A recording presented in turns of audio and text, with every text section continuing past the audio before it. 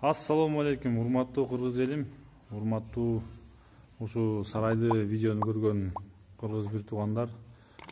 2 ай мурун ушуну тарткан болчумун сарайдачы. Андан кайра көп адамдар ушу Көлдөн, Оштон, Жалал Абадтан ар кайсы жерден ушу проектилерин жөнөтүп коюңуздар тиги бу деп жазгандан анан ушул видеону кайра тартып киргизип коеюн дедим. Каждыйына проектини жазып киргизгенден убакытта болбойт экен. Ошо анда эмесе баштадык. Бул сарай Талас областына караштуу Талас шаарында салынган. Биз бул сарайды баягы элдер класс басып же там неме кылып акча табайын деген иретинде тарткан эмесмин. Бул сарайды негизи кыргыз бир туугандар сарай сала албай жүрсө же проектилерин билбесе ушундай кылып салсаңыздар болот деген максатта тартып киргизгем. Балким биз да может кээ бир жактарын туура эмес салганбыз, может алар да өздөрүнүн советин айтат деген ойдо киргизгем. Бирок кээ бирлер ошо видеону мен YouTube'дан киргизип койсом, YouTube'дан алып чыгып алышып, Facebook'тарга таратып, ар кандай неме болуп атыптыр.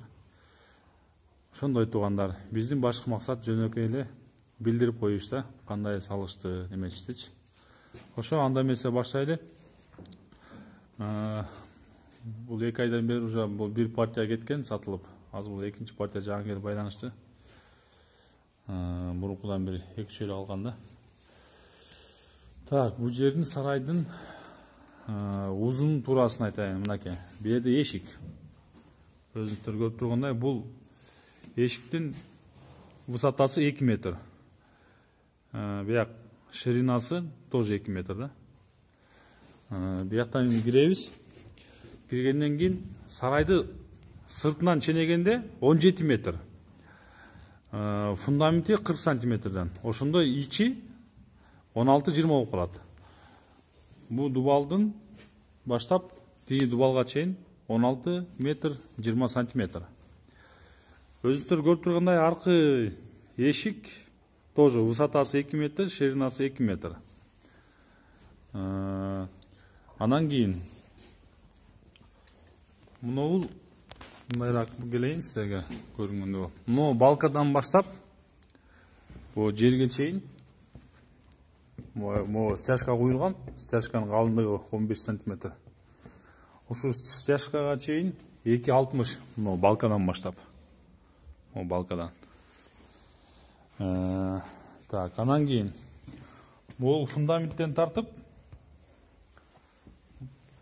мындай келип туруп, мына бул жерге чейин 2,60. 2 метр 60 сантиметр аркы стенадан бияка чейин. Анан кийин биянан баштасак, биягы мынакей 10 сантиметр деп неметкем, ошо 10-12 сантиметр да эми биягы.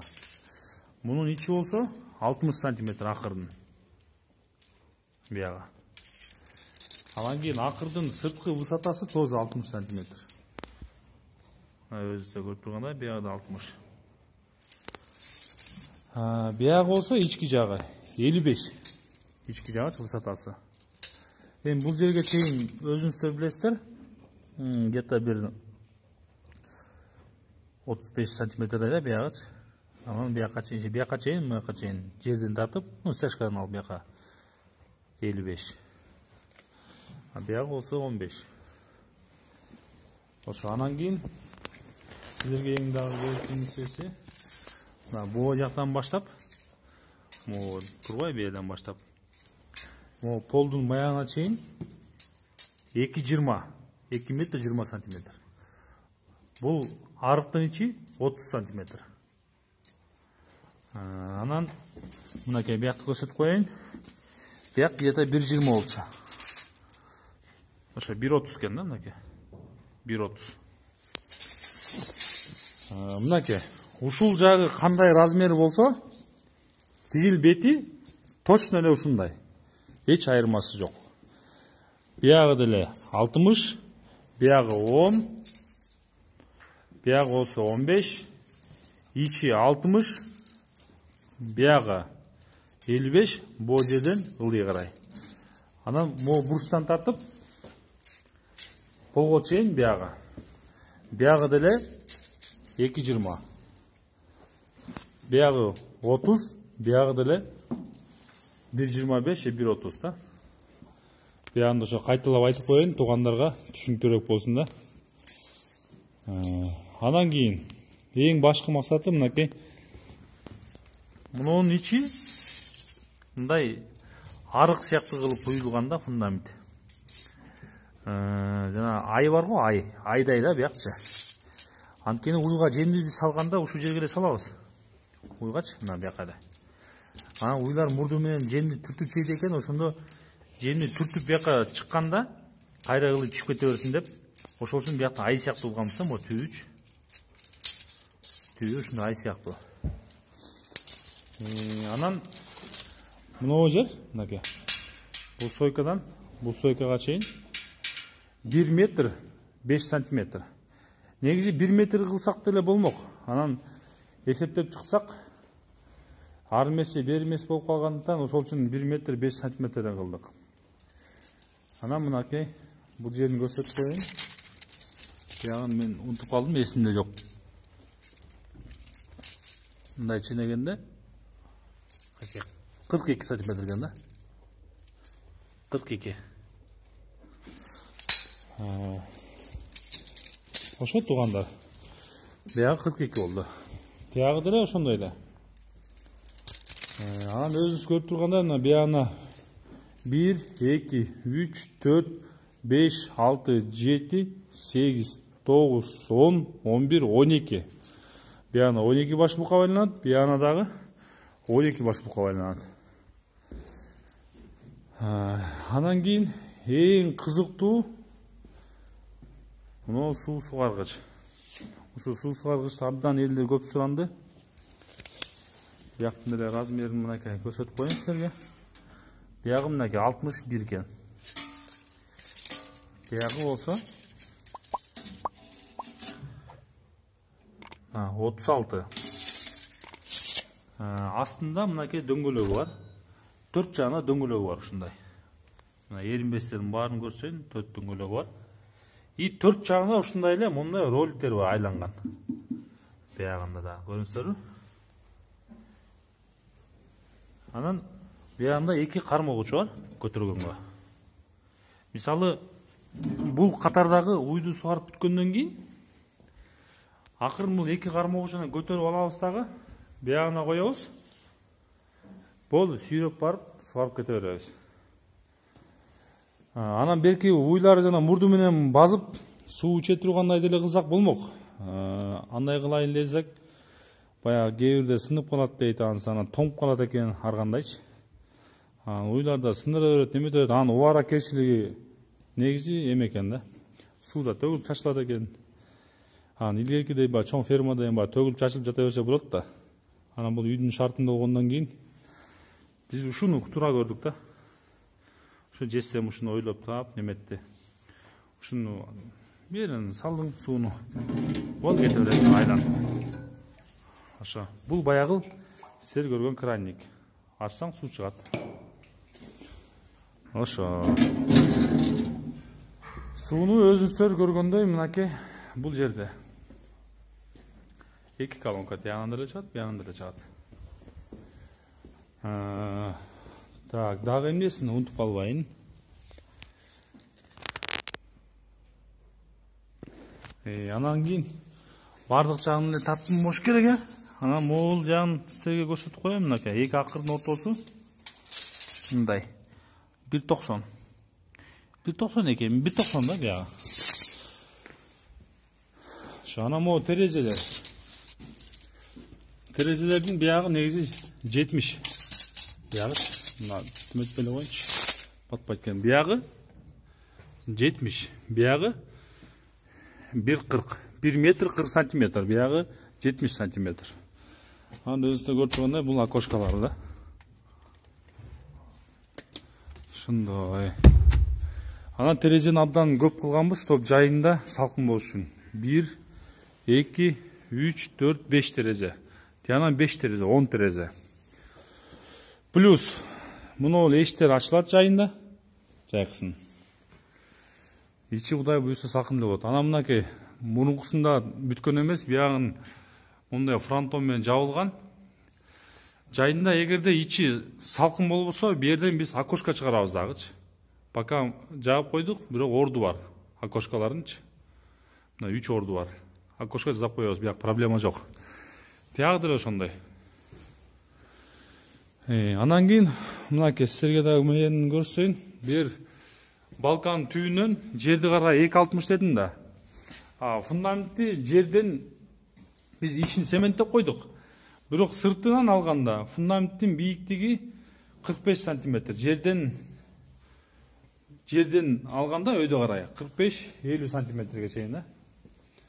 Анан могу жагы мына уйдун үстү жылуу болсун деп ушундай дранка кагылган. Мынакей анан биягын көрсөтүп коеюн силерге, мына мыяка чейин кагылган. Бияга. Бул жагы дагы мына бияка чейин кагылган. Ошондо бул жерден тартып дубалга чейин 4,60 болуп атса, 4,60тан где-то алганда где-то бир 30 сантиметр алып койгулу. Ошондо бул үстү дубалга чейин примерно айтканда бир 4,25, 4,30 да. Ушундай чыгат. Анан эми крышаны болсо өзүңүздөр каалагандай кылып жапсаңыздар болот негизи. Биз эми ушундай эле кылып жаптык. Эми эң эле жөнөкөй.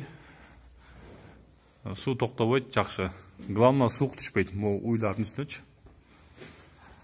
Анан мына жеринде бирөтө эле тартып коеюн. Үстүнө мындай заливка куюлган. Биягы жылуу да, аябай. Негизи эле уйдун асты жылуу. Өзүңүз да көргөндөй. Ошондой. Анан бу жерде көп туугандар пескоблоктон салындыбы, кышында суук болот, жайында ысык болот деп суроо берип атат. Биз пескоблоктон салган эмеспиз. Бул деген баягы орусча айтканда саманный кирпич деп коет. Кыргызча айтканда баягы таласта төө кирпич деп коет да. Ошондой майда кирпичтерди дордойдун жээгинде жанагында кирпич куюп көп ишешет эмеспи? Биз бирок андай майда кирпич кылган жокпуз. Талас областында көбүнчө төө кирпич деп коюшат, ошо колдонот. Ошо төө кирпичтин узундугу 30 сантиметр болгон. 30 сантиметр. Ошондо узундугу 30, кирпичтин высотасы 12 сантиметр болгон. Биягы ширинасы 15 сантиметр. Ошо менен кладка коюлган да. Могу дубалдын баары ошондо получается саманный кирпич да бул. Лайда ачтылып, ана кирпич куюлган. Ана кирпичти бияка кладка кылганбыз. Кирпичтин узундугу 30 болгондон кийин ичин лайшыбак кылдык биз. Анан кумшубакка бир аз кичине эле цемент коштуруп, ичин кумшубактадык. Анан актаганбыз ичин. Сырты болсо, сырты тоже лайшыбак кылдык. Лайшыбактан кийин полный сарайдын сыртына сетка ороп туруп, цементтен көбүрөөк кошуп, сложный сыбаганбыз да. Сложный шыбаганбыз. Анан сыртын дагы апапак кылып актап койгонбуз. Бул акталган аябай жакшы. Ушуну тура көрдүк, эми жазында актап коебуз, ичи апапак таптаза болуп турат. Ошо, анан светти эми каалагандай кылып койсоңуздар болот. Биз деген ошо бияна 3 плафон, ортого 3 плафон, бияна 3 плафон кылып койдук. Дагы эмнелерин тартсам сиздерге. Так. Эми эң башкы нерсе мынакей. Бу жерде мындай видеокамера коюп койгон. Бул видеокамеранын эң башкы максаты баягы үйдө холдо отурасың, чай ичип, тамак ичип коюп, анан ар кандай болуп калат экен. Кээ бирде бука жибин үзүп кетет, же жибин чечип салат, бошонуп кетет. Бошонуп кетип бир буканын барып сүзүп атса, үйдө отурганда бала чакка көрүп калат да, ай ата же апа, ушундай бука бошонуп кетти дейт.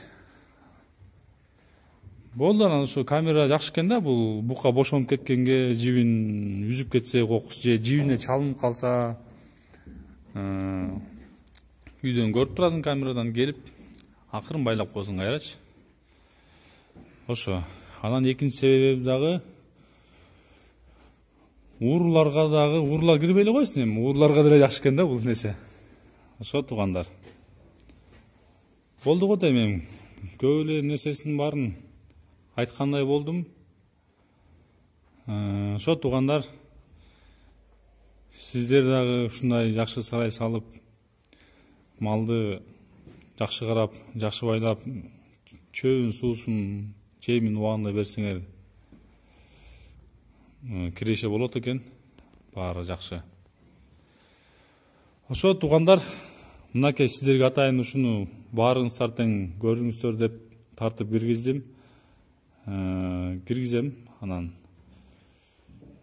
ошо ден соолукта аман эсен болуңуздар. Кудай буйрсем жакшы видеолор болуп калса, пайдалуу мындай кыргыздын элине жараган видеолор болсо киргизип турам.